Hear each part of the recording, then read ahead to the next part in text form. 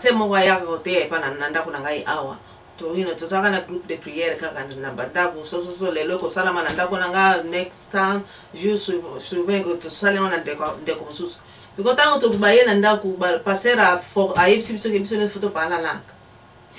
Yeah. Kasi kona tuni masaranga za kipembele nga kwala langa na ina ko pala langue. Abi olanda ai se wana isinga c'est facile lo bakalanda ko bakambango basoro ba yango ka nga na budaki nga bina yebi na ngaba makamba so bana yebi na ngote donc ye passer lo baki na yo soki na comprendre que lelo o parler en langue do aye po bana o parler non alo baki biso nyoso na groupe de prière que lelo oyo biso nyoso photo zo sambela to photo parler en langue sikonga i vide côté wana ya ona tuni masaranga na tebo na tuni masa menga kupala langue na hivi na ngatabi eza facile ndaka ko bangu ni soma kamba solo ba lo sokalo zako baba yo ko baba nga na ningi na ko mababa ti ana refisa ko salango donc eza bon sikota bango zako parler langue wana ke nyos bazako lo bawana est-ce que mona ki mutu azaki na zaki ko interpréter bon mutu interpréter ki asala ki te po bango sur le même mot bazaki ko répéter you know bon yango na yango eza ko zonga bon c'est si bazaki ko se comprendre o bazako lo bon mais si quand Bible le bien te soki ozako le ba langue mutu azala na pembeni a interpréter bref na la lo ba boy hein ngai te Bible le bien te place non so ko kende soki ofuti bat bazana ba don ya ko parler en langue tika bat non so ba yo kaye soki bat bazako yo kaye te alors tika mutu ngo azala pembeni asali apesa interprétation mais ba don ya ko parler en langue o soki na ko yiko lobela ngo pc na ngai tika utaona mutu ete makamba liboso bat bapalaka en langue tant bakutanaka na Jérusalem jour on ba 4h ba 5h ba tongo n'est-ce pas ba tebele bazaka na temple wana et puis molimo sante yaki wana mbala liboso bat bakomi ko yoka ba to oyo bazaba hébreu mais langue bazako lo ya biso ba grec ba yoka kiba bon ezalaki ki bazulu te ba premier parler en langue oyo ngana yebi na tangi na biblia ba to bazalaki te pona ko interpréter mais batu bango moko bazalaki koyoka liloba yango selon langue na bango prenons yo oza par exemple na ville ya Mujimai bongo omoni mundele oyo akitaki na avion lobi awutaki na Japon et puis azala bino na prière et puis mundele na oyoki aza koloba na Chiluba eza bikamo te bikamo oyo ba Chiluba omoni un japonais akitaki na avion lelo oyebi ye premier fois na Congo azaka contact na ba congolais te et puis akomi koloba nini Chiluba ouais ba parler en langue wana ba do wana baza koloba mais au cas où japonais wana ayesi ko aza ko parler bongo bino ne supposons na boyo kaka Chiluba Lingala Kikongo mutu moko azane ko yoka makamu japonais aza koloba te Bible lobi oyo no za tono vide ko za kosa ezo chama kelele Yesu wana beninga ko baite ba do ya parler en langue to kolobela ngo mingi te sinon que eziko ko provoquer ba discussion ya trop mais en alternative on a mutu ngai l'impresseur Joachim Zambona na voyager pe na ba pays mingi na monde précisément en Afrique na Europe tina bazina kendaga batu nyonso na l'église nyonso na kota o ba parler en langue na lingi na ngate soki na ko komisa ngo trop riche na ko développer. Je ne crois pas que mutu asi parler en langue avec quand même 5 mots azali. Soki alobaka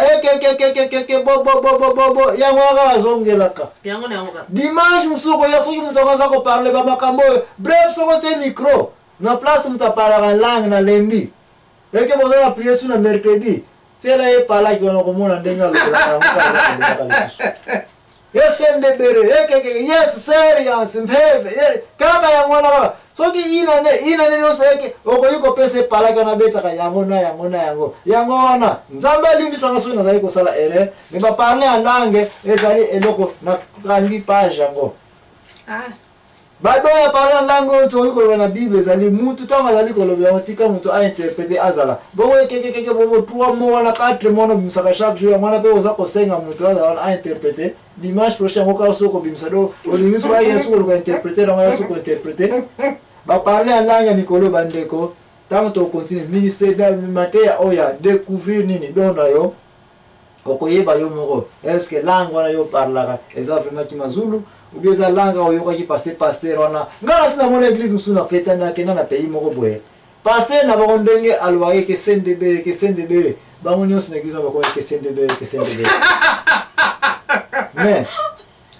le raison tolobeli pendant langue parce que tozali koloba découvrir nini don na yo bible elobi te découvrir badon ya bato yo moko d'abord soki pasa alobaka ke sendebele yo wapi oya yo baba wana balangue su baba signifie tata kaka mosusu baba mpenza ko mais sikoyo balangue so onakuta so bazoba ekesendebele keba ekesendebele na langue oyikuta kuti makambo masoni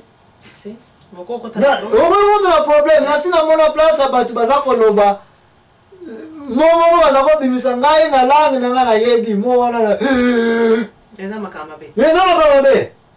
tokeba na likambo etali don ya koparle en langue parce que nani mpe namonaka moto aza kointerprete badio yango te mais na bible mpe namonaka place bazala kointerprete te mais bible elobi kaka te bango nyonso na building wana bazalaka chaque mutu azalaki koyoka baapostolo azalaki koloba na nini na langue ya mboka na bango bref kote wana mama ani tokozonga su te badon spirituel ezali kolobela mama ni namoni ozali na question lingai koloba mpona distraction te mais tokangi page ya parler en langue à moins ke oyelanga dictionnaire ekokaki baphrase za kodone wana kobengoki bazulu mais soki ka bakekekeke bobobo salasala babababa rejet sikoyo badon yango ezali teste na ndenge nini na misala ya bien ou bien ndenge nini comment okoki koyebela badon olingi koloba bon avant toya na question wana na banza mama anitika na biso d'abord ke eloko babengi komwe badon spirituel to badon oyo okoki kozala na vie ya mutu badon mutu akoki kokonte yango azali te donc eza ebele badon eza ya tro kanisa mutu neti yaka Esther nanga wa akoki koyeba eti nzoka ne kitoko mpe eza don nga kutu na ekamwisi nga abikisi Israel na don moko eza kutu eloko moko ya pamba kaka mutu tokoki komona yango kitoko kaka mais kitoko mutu asali nini roi asali momisu nelali alingi zoba signé kitoko kaka bato bazali bakomela bango basheke kono baka oza komona bato bazali boza na problème bolingi okende quelque part korésoudre likambo yo mutu okoloba yokende même mutu mosu azalenga na kei courage neka ya koloba bino nyonso même papa passe kutu avandika azotala kaka pe tika ya pamba mais ye wana mutu aye koloba badon eza ebele mama dolo kaka nokuta mataba kaka aza kotonga kaka balobi te bilamba ya sika oyo azalaki ta ye non mama dolo ka mosala ezalaki kaka elamba efusu moka yango eza kolonda wana vana kayanda akolondelo yango mais ebikisaki bato kitanga zanga kaka bato bamonike vide ekoti na nini na lisanga oyo badon ndeko na ngai mama ani tokoki kokalkile yango te tokoki kokonte yango te eloko nyonso ezali malamu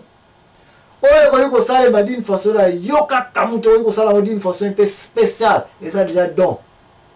elingi olobaki bato baza kolama mfumbo wana n'est-ce pas biso nyonso koki kolama nga mpe nakoki kolama mfumbo te mais siko soki mwa bebelaki te bato bakoyeba mais mama mosu aye alambi kaka loboko ne kaka wana bato baza koyebaki oyo nini bo ya ye loboko na ye ayebani donc mais toza koya oyo ezaka sa classe toza kopesa eoza na question mosu afanga na pesa osiko liste badon oyo ezali d'abord un peu principal so babi principal lingi oyo basibodon ezali mais topesana badon oyo ezali ke na degré moko ya makasi oyo mutu nyonso ayebi ke oyo eyebani déjà mpo tokende na baya mike te netika bakitoko kaka oyo loba toyoka yango mo badon yango na mokanda oyo nasili kopesa 1 Corinthiens 12 wana ebandi d'abord na badon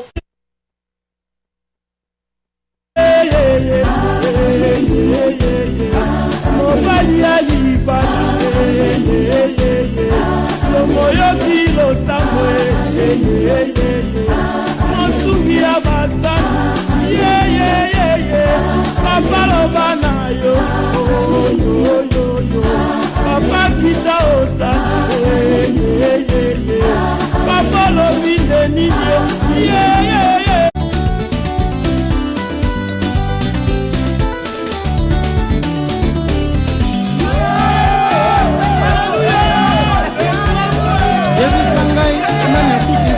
demo Eshadai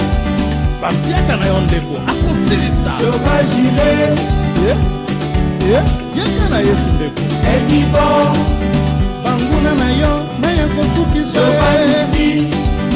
yo moto ya maladi nani akobikisa yo